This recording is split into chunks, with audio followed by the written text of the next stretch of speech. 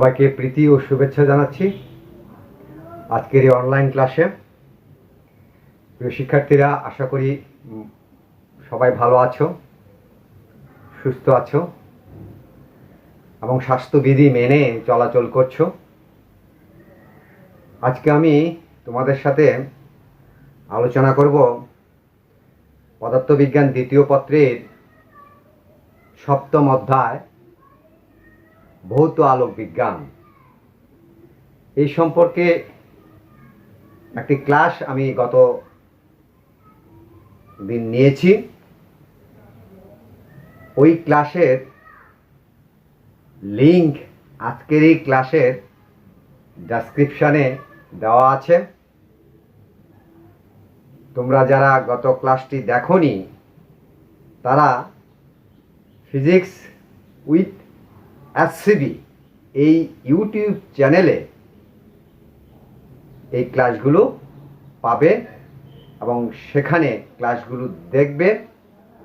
আমার এই চ্যানেলটি সাবস্ক্রাইব করবে, অল বাটনে ক্লিক করবে, এতে ভিডিওর নতুন নতুন নোটিফিকেশান তোমাদের কাছে যাবে। তো কথা আর না বলে আমরা ক্লাসে চলে যাচ্ছি। গতকালকে আমরা তাড়িৎ চুম্বক তরঙ্গ নিয়ে আলোচনা করেছিলাম। আজকে আমরা আলোচনা করব তরঙ্গ, তরঙ্গমুখ এবং হাইগেনের নীতি। তরঙ্গ এটা নিয়ে ফার্স্ট পার্টের নবম অধ্যায়ে অনেক বিস্তারিত আলোচনা ছিল। তো আজকে আর এত বেশি আলোচনা আমি করব না, শুধু তার সংজ্ঞাটা দেব এবং সেখান থেকে কি করে তরঙ্গ মুখ হয় সেটা দেখব। তারপর আমরা চলে যাব হাইগেনের নীতিতে চলে যাব। আচ্ছা, তাহলে আমাদের তরঙ্গ, এমনিতে তরঙ্গ আমরা জানি যে তরঙ্গ সম্পর্কে নিশ্চয়ই তোমাদের ধারণা আছে। সেই তরঙ্গ হলো, যেমন ধরো এই যে কক্সবাজারে যাও, সমুদ্রের ঢেউ, এটা একটা তরঙ্গ।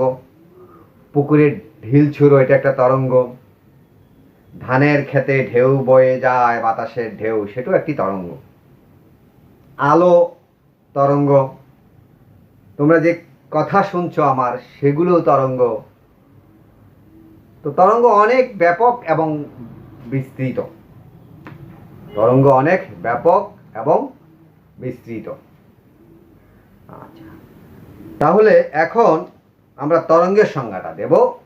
তরঙ্গের সংজ্ঞাটা হলো যে পর্যায়বৃত্ত আন্দোলন কোনো জড় মাধ্যমের মধ্য দিয়ে এক স্থান থেকে অন্য স্থানে শক্তি স্থানান্তর করে, কিন্তু মাধ্যমের কণাগুলোকে স্থানান্তর করে না, তাকেই তরঙ্গ বা ওয়েভ বলে। আবার একটু লক্ষ্য করো, যে পর্যায়বৃত্ত আন্দোলন কোনো জড় মাধ্যমের মধ্য দিয়ে এক স্থান থেকে অন্য স্থানে শক্তি সঞ্চালন করে, কিন্তু মাধ্যমের কণাগুলোকে স্থানান্তর করে না, সেই তরঙ্গকে বলা হচ্ছে যে, সেটাকেই বলা হচ্ছে তরঙ্গ বা ওয়েভ। এবার একটু লক্ষ্য করো যে এটা কোন ধরনের আন্দোলন, তরঙ্গটা কোন ধরনের আন্দোলন। এটা হলো একটি পর্যায়বৃত্ত আন্দোলন। কার মধ্য দিয়ে অগ্রসর হয়? জড় মাধ্যমের মধ্য দিয়ে অগ্রসর হয়। এই অগ্রসরের ফলে কি সঞ্চালিত করে? শক্তি সঞ্চালিত করে। ঠিক আছে, আমি আবার সর্বশেষ বলছি, যে পর্যায়বৃত্ত আন্দোলন কোনো জড় মাধ্যমের মধ্যে দিয়ে এক স্থান থেকে অন্য স্থানে অগ্রসর হয়, কিন্তু মাধ্যমের কণাগুলোকে স্থানান্তরিত করে না, তাকেই তরঙ্গ বা ওয়েভ বলে। আচ্ছা, এগুলো ওয়েভের কথা। এবার আসো তরঙ্গ মুখ। তো এই যে মুখ, আমাদের প্রত্যেকটা প্রাণীরই মুখ আছে, তাই না? এটা কি কাজে ব্যবহার করি আমরা? আমাদের খাওয়ার কাজে আমরা ব্যবহার করি এই মুখ দিয়ে। প্রায় সব প্রাণীই মুখ দিয়ে খাওয়া গ্রহণ করে। তাহলে তরঙ্গের আবার কি? তরঙ্গের আবার মুখ কি? তরঙ্গ কি খায়? না, তরঙ্গ খায় না। তরঙ্গ তারপরও তার মুখ আছে। তাহলে সেই মুখ হলো কোনো তরঙ্গের উপর অবস্থিত সমদশা সম্পন্ন কণাসমূহের গতিপথকে তরঙ্গ মুখ বলে। তরঙ্গ মুখ কাকে বলে? যে কোনো তরঙ্গের উপরস্থ সমদশা সম্পন্ন কণাগুলোর গতিপথকে তরঙ্গ মুখ বলে। আমরা প্রথমে সংজ্ঞা দিয়েছিলাম তরঙ্গ, এবার সংজ্ঞা দিচ্ছি তরঙ্গ মুখ।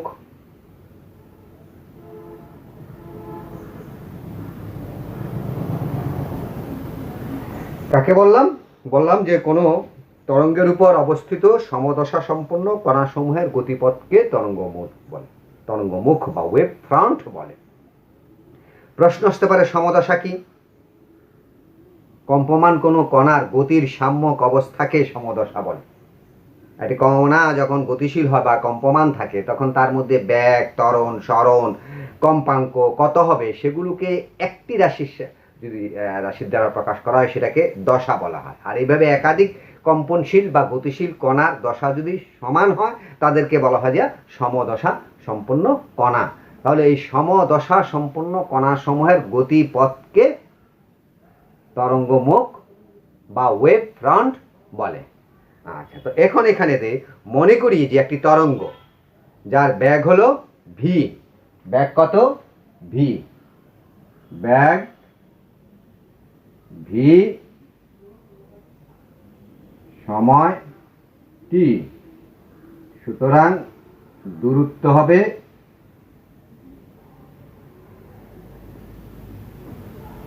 ভিটি।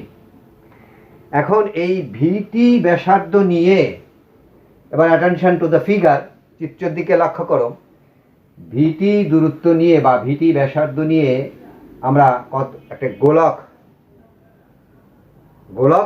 অঙ্কন করলাম। টি এর মান ক্রমান্বয়ে বাড়বে, ফলে দূরত্বের মানও ক্রমান্বয়ে বাড়তে থাকবে। ব্যাগের মান ঠিক আছে, কিন্তু টি বা সময়ের মান বাড়তে থাকবে, ফলে দূরত্বের মানও বাড়তে থাকবে। এই বর্ধিত দূরত্ব নিয়ে পর্যায়ক্রমে ও বিন্দুকে কেন্দ্র করে কতগুলো গোলক এখানে অঙ্কন করা হয়েছে। ভিটি দূরত্ব নিয়ে ও বিন্দুতে একটি গোলক কল্পনা করা হয়েছে। আবার একটু পরে সময়ের মান বেড়ে গেছে, ফলে দূরত্বের মান বেড়ে গেছে, সেটা নিয়ে আরেকটি গোলক কল্পনা করা হয়েছে। তারপরে এভাবে অনেকগুলো গোলক এখানে কল্পনা করা হয়েছে। আচ্ছা, তাহলে এই গোলকের পৃষ্ঠেই, যে গোলকটুকু আমরা পেলাম, সেই গোলকের পৃষ্ঠেই হবে, পৃষ্ঠের মধ্যে যেই কণাগুলো আছে, এই গোলকের পৃষ্ঠের মধ্যে যে কণাগুলো আছে সেই কণাগুলি হলো সমদশা সম্পন্ন। ঠিক আছে? এখন এই সমদশা সম্পন্ন যে কণাগুলো যে গোলকের পৃষ্ঠে আছে সেটি হবে যে তার তরঙ্গমুখ নির্দেশ করবে, সেটাই তার তরঙ্গমুখ নির্দেশ করবে। আমরা সংজ্ঞাতে বলছি কি, যে সমদশা সম্পন্ন কণাসমূহের গতিপথকে তরঙ্গ মুখ বলে। আচ্ছা, অর্থাৎ টি সময়ে গোলকের প্রতিটি কম্পমান কণাই সমদশায় থাকে। এই যে গোলকটা, এই গোলকের মধ্যে, এই পৃষ্ঠের মধ্যে যে কণাগুলো আছে, কম্পমান যে কণাগুলো আছে, তাহলে সেই কম্পমান কণাগুলো প্রত্যেকটি সমদশা সম্পন্ন, এবং এদের যে গতিপথ, সেই গতিপথটাকে বলা হচ্ছে যে কি, তরঙ্গ মুখ বলা হয়। আচ্ছা, তাহলে তরঙ্গ মুখসমূহ সমান্তরালে সময়ের সাথে সাথে অগ্রসর হয়। দেখো তরঙ্গ, আমি কথাটা কি বলছি একটু লক্ষ্য করো, যে সময়ের সাথে তরঙ্গ মুখসমূহ সমান্তরালে সামনের দিকে অগ্রসর হয়। চিত্রে এখানে লক্ষ্য করো, ও এই যে একটি তরঙ্গমুখ, এই একটি তরঙ্গমুখ, তারপরে ডট ডট ডট ডট রেখা দ্বারা আরেকটি তরঙ্গমুখ দেখানো হয়েছে বি, তারপরে একটানা রেখা দ্বারা আরেকটি তরঙ্গমুখ দেখানো হয়েছে সি, তারপরে আবার একটি ভগ্ন রেখা বা ডট ডট রেখা দ্বারা দেখানো হয়েছে আরেকটি তরঙ্গমুখ ডি, তারপরে আবার একটি একটানা রেখা দ্বারা তরঙ্গমুখ দেখানো হয়েছে ই। তাহলে দেখো, বা আমি বলছি যে কথাটা, যে তরঙ্গ মুখ সমূহ সময়ের সাথে সাথে সমান্তরালে সামনের দিকে অগ্রসর হয়, সময়ের সাথে সাথে সামনের দিকে অগ্রসর হয়। দেখো এ সমান সময়ে বিতে এসে তরঙ্গমুখের নতুন আরেকটা তরঙ্গমুখ সৃষ্টি করছে, তারপর বি থেকে একই সময় পরে যে সিতে আরেকটা তরঙ্গমুখ সৃষ্টি করছে, এবং সি থেকে ডিতে একই সময়ে অতিক্রান্ত করে ডিতে আরেকটা তরঙ্গমুখ সৃষ্টি করছে, ডি থেকে একই সময়ে ই বিন্দুতে না ই তলে আরেকটা তরঙ্গমুখের সৃষ্টি করেছে। তাই বলা হচ্ছে সময়ের সাথে তরঙ্গমুখ সমূহ সমান্তরালে সামনের দিকে অগ্রসর হয়। তাহলে এখানে A B C D E এই যে তরঙ্গমুখগুলো আছে, এই তরঙ্গমুখগুলো সময়ের সাথে সাথে সামনের দিকে অগ্রসর হচ্ছে। ঠিক আছে, এখন দেখো যে উ থেকে এ বি সি তরঙ্গের মুখের উপর সমকোণে অঙ্কিত এই যে উ বিন্দু থেকে এই যে তরঙ্গটা আছে, লক্ষ্য করতে পারছো এই যে তরঙ্গ, এই উ বিন্দু থেকে বলা হচ্ছে যে উ বিন্দু থেকে এ বি সি ডি তরঙ্গ মুখের সমকোণে অঙ্কিত, এ বি সি ডি তরঙ্গ মুখের সমকোণে অঙ্কিত উপি, উ কিউ, উ আর, উ এস, ও টি এই রেখাগুলো তরঙ্গের সঞ্চালনের দিক নির্দেশ করে।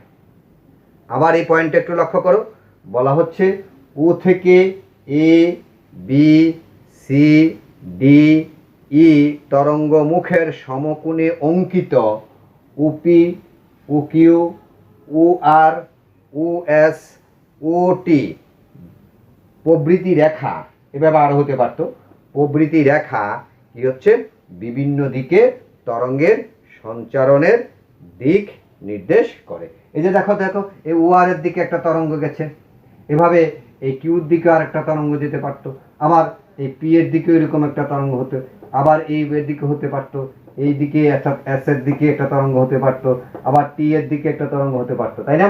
তাহলে এই কথাটাই বলা হচ্ছে উ থেকে A B C D E এর সাথে লম্বভাবে বা সমকোণে অঙ্কিত উপি, উ কিউ, ও আর এস, ও টি প্রভৃতি রেখাগুলো কি হতে পারে, যে তরঙ্গের সঞ্চালনের দিক নির্দেশ করে।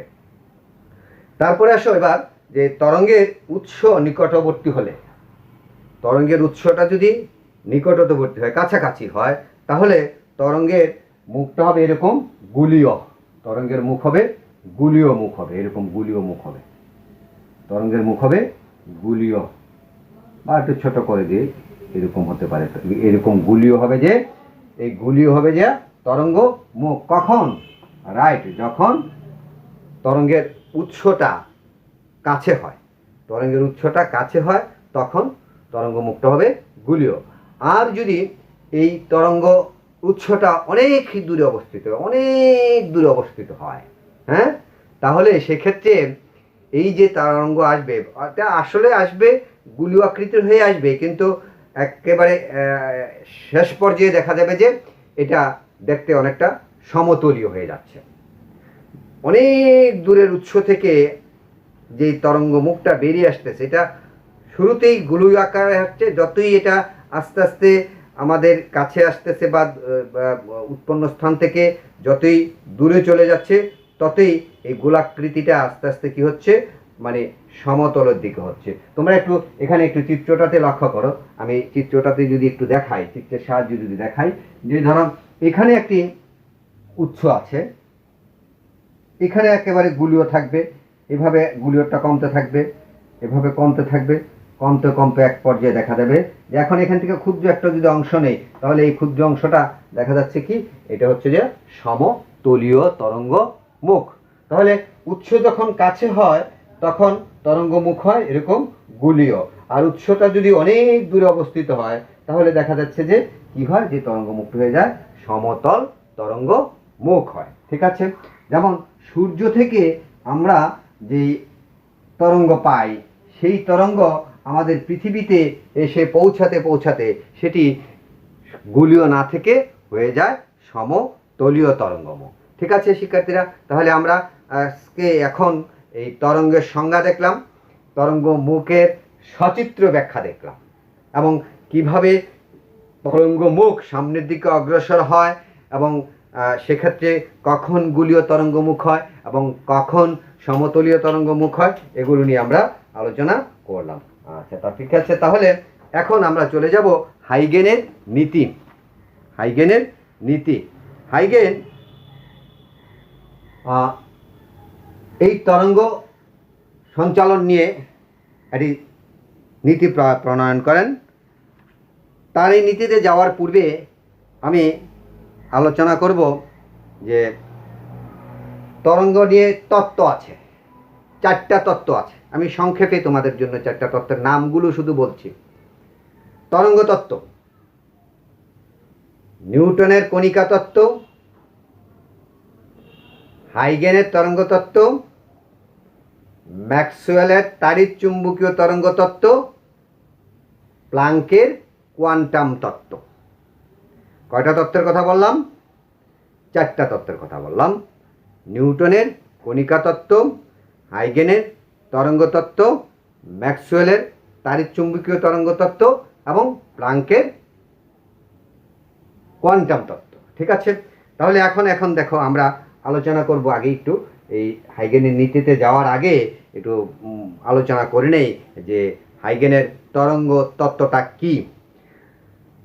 আলো, হাইগেন বললেন তার তরঙ্গ তত্ত্বে, আলো ইথার নামক একটি অলিক মাধ্যমের মধ্য দিয়ে তরঙ্গ আকারে এক স্থান থেকে অন্য স্থানে সঞ্চালিত হয়, এবং যখনই এটি আমাদের চোখে পৌঁছায় তখনই আমাদের দর্শনের অনুভূতি জন্মায়।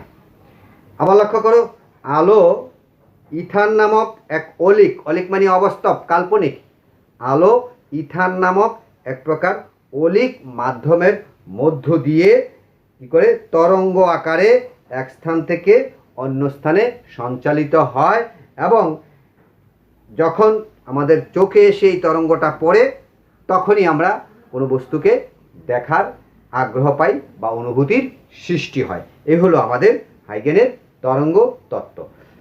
এখানে হাইগেন ইথার নামক একটি অলিক মাধ্যমের চিন্তা করেছিলেন, কিন্তু পরবর্তীতে একটু বলে রাখি, মাইকেলসন মর্লি তার বিখ্যাত এক্সপেরিমেন্টের মাধ্যমে দেখাতে সক্ষম হলেন যে না, ইথার নামক কোনো কাল্পনিক মাধ্যম নেই। তো সে যাই হোক, ইথারটা ছিল কি? ইথারটা ছিল অবিচ্ছিন্ন মাধ্যম, যার স্থিতিস্থাপকতা বেশি কিন্তু ঘনত্ব কম। ইথারটা কেমন মাধ্যম ছিল? এটা অবিচ্ছিন্ন এবং কি বলছে, বেশি স্থিতিস্থাপকতা বেশি কিন্তু এর ঘনত্ব খুব কম, এরকম একটা কাল্পনিক মাধ্যম ছিল। পরবর্তীতে মাইকেলসন মর্লি এসে বললেন যে না, এরকম তাদের যে বিখ্যাত পরীক্ষা আছে তার চুম্বকীয় তরঙ্গের ক্ষেত্রে, সেখানে সে পরীক্ষার মধ্য থেকে তারা বললেন যে না, এরকম ইথার বলতে কোনো কাল্পনিক মাধ্যম নেই। এবার আসো আমাদের মূল কাজে। দ্বিতীয় চিত্র, হাইগেনের নীতি। দ্বিতীয় চিত্রটা একটু ভালোভাবে একটু লক্ষ্য করো। এখানে আমি এই চিত্রটা আর বর্ণনাটা দেব, চিত্রটার ব্যাখ্যাটা দেব, তার আগে হাইগেনের নীতির যেই বিবৃতিটা আছে সেই বিবৃতিটা আমরা বলে নেই। হাইগেন বললেন যে কোনো তরঙ্গমুখের প্রতিটি বিন্দু, কোনো তরঙ্গমুখের, আমরা কিন্তু তরঙ্গমুখের সংজ্ঞা এখানে দিয়ে এসেছি, তরঙ্গমুখের সংজ্ঞা এই চিত্রের মাধ্যমে দিয়ে এসেছি। এখন এই তরঙ্গমুখের প্রয়োগ করব আমরা হাইগেনের নীতিতে। হাইগেন বলছেন কোনো তরঙ্গমুখের প্রতিটি বিন্দু এক একটি গৌণ তরঙ্গের উৎস হিসাবে ক্রিয়া করে বা কাজ করে। কি বলছে যে তরঙ্গমুখের মধ্যে প্রতিটি বিন্দু এক একটি গৌণ তরঙ্গের উৎস হিসেবে গণ্য হয় বা ক্রিয়া করে বা কাজ করে। এই গৌণ তরঙ্গগুলোকে অনুতরঙ্গও বলা হয়।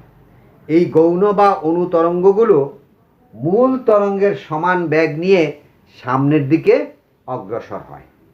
এখন যে কোনো সময়ে এই অনুতরঙ্গগুলোকে স্পর্শ করে যে সাধারণ তল পাওয়া যায় সেই সাধারণ তলকে বলা হয় গৌণ তরঙ্গ মুখ বলা হয়। আমি সংজ্ঞাটা আবার একবার রিপিট করছি।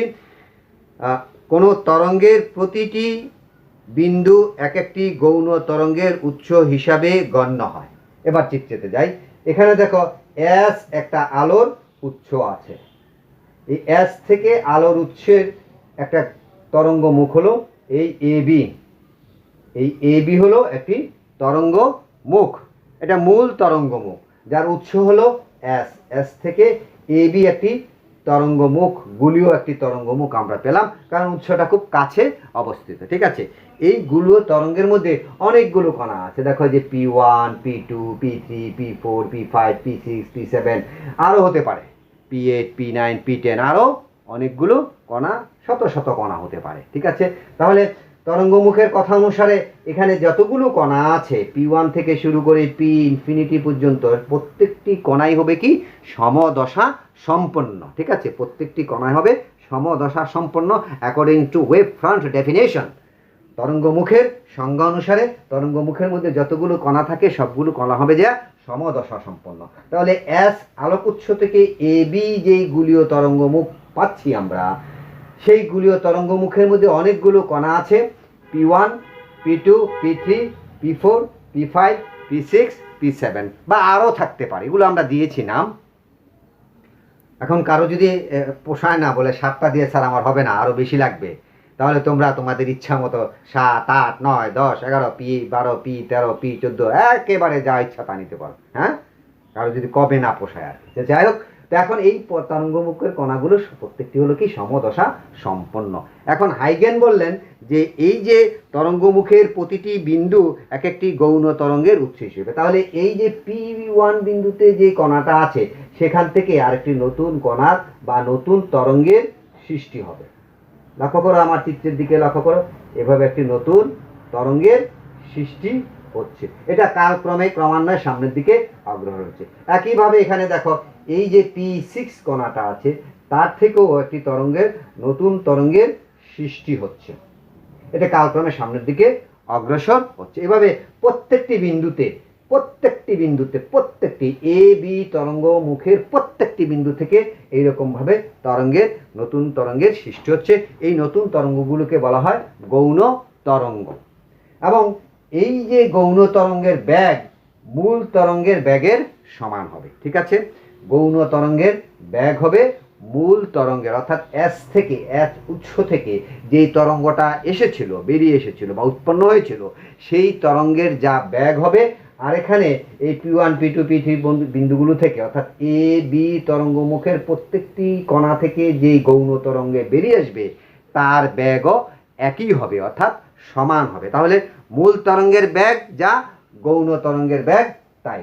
আচ্ছা, এখন টি সময় পরে মূল তরঙ্গ এই ভিটি পরিমাণ দূরত্ব অতিক্রম করে এবং গৌণ তরঙ্গ দেখো একই সময়ে এই ভিটি পরিমাণ দূরত্ব অতিক্রম করে। ঠিক আছে, এখন এই যে গৌণ তরঙ্গগুলোকে যে কোনো সময় স্পর্শ করে একটা তল অঙ্কন করা হলো এ প্রাইম বি প্রাইম। ঠিক আছে, এই এ প্রাইম বি প্রাইম এই যে তলটা অঙ্কন করা হচ্ছে, এই তলটাই হলো যা গৌণ তরঙ্গ মুখ। তাহলে আমাদের এ বি হলো মূল তরঙ্গ মুখ, A B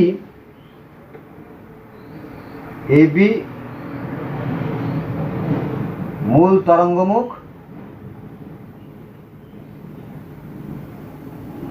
R A prime B prime হলো গৌণ তরঙ্গ মুখ। ঠিক আছে শিক্ষার্থীরা, আমি আমার হাইগেনের নীতিটার বিবৃতিটা আবার দিচ্ছি এবং তোমরা এই ফিগারের সাথে লক্ষ্য করে দেখবে যে কোনো তরঙ্গ মুখের প্রতিটি বিন্দু এক একটি গৌণ তরঙ্গের উৎস হিসেবে কাজ করে এবং এই গৌণ তরঙ্গগুলো মূল তরঙ্গের সমান বেগ নিয়ে সামনের দিকে অগ্রসর হয়। যে কোনো মুহূর্তে এই অনুতরঙ্গগুলো বা গৌণ তরঙ্গগুলোকে স্পর্শ করে যে তল পাওয়া যায় সেই তলকে বলা হয় গৌণ তরঙ্গ মুখ। সেই তলটাকে বলা হচ্ছে গৌণ তরঙ্গ মুখ। এখানে এ বি হলো যে মূল তরঙ্গ মুখ, তারপরে এ প্রাইম বি প্রাইম হলো আমাদের কি যে গৌণ তরঙ্গ মুখ। ঠিক আছে, আজকে এ পর্যন্তই। আশা করি বুঝতে তোমাদের সমস্যা হয়নি। যদি বুঝতে সমস্যা হয় তাহলে আমার ভিডিও মানে কমেন্টসে জানাবে, অথবা ফোনে শেয়ার করবে, অথবা বইতে আরও সুন্দরভাবে সচিত্রভাবে ব্যাখ্যা করা আছে সেখানে দেখবে। এবং প্রত্যেকটি ক্লাসের ভিডিওগুলো যদি প্রথম থেকে শেষ পর্যন্ত একটানা দেখো, আমার মনে হয় যে তোমাদের বুঝতে সমস্যা হওয়ার কথা না। তো আজ এখানেই সবাইকে ধন্যবাদ জানিয়ে শেষ করছি। ধন্যবাদ সবাইকে।